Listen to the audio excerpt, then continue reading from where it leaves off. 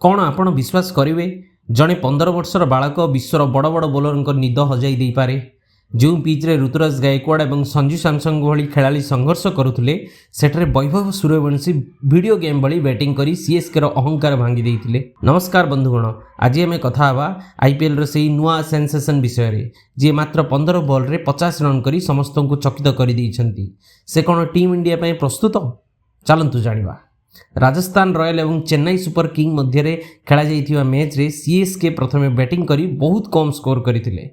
Pitch बहुत कष्टकर थिला, किंतु जेतेबेले वैभव बैटिंग करने को आसिले से सबकिछि बदलाई देले। आपण जानिले आश्चर्य हेबे जे विराट कोहली बा रोहित शर्मा भली बड़ खेलाड़ी मध्य एही आईपीएल रे एते शीघ्र अर्धशतक मारी नाहांती। जदि सचिन तेंदुलकर 16 वर्ष बयस रे डेब्यू करी क्रिकेटर भगवान होई परिबे, तेबे 15 वर्षर एही विश्वरक बैट्समैन को टीम इंडिया रे सुजोग काहेकि मिलिबो नाही।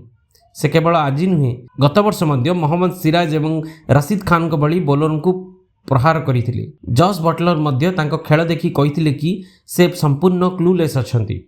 वैभव केवल टी20 नुह बरम रेड बॉल बा टेस्ट क्रिकेट मध्य बहुत भल प्रदर्शन करुछंती। अनेक विशेषज्ञ मतरे से अभिषेक शर्मा ठारू मध्य बड़ खेलाड़ी होई पारंती, कारण से तीनोटी जाक फॉर्मेट पई उपयुक्त। 8टी मैच रे 304 रन एवं 218 स्ट्राइक रेट यह कौन साधारण कथा नुहे। तेबे बंधुगण, जदि वैभव यही वर्ष आईपीएल रे 450 किंबा 500 अधिक रन करती तेबे कौन तांको विश्वकप किंबा आगामी सीरीज रे सुजोग मिलिबा उचित। आपनको कौन लगुच, वैभव कौन टीम इंडिया परवर्ती सुपरस्टार हेबे कि? आमको कमेंट करी निश्चय जणातु।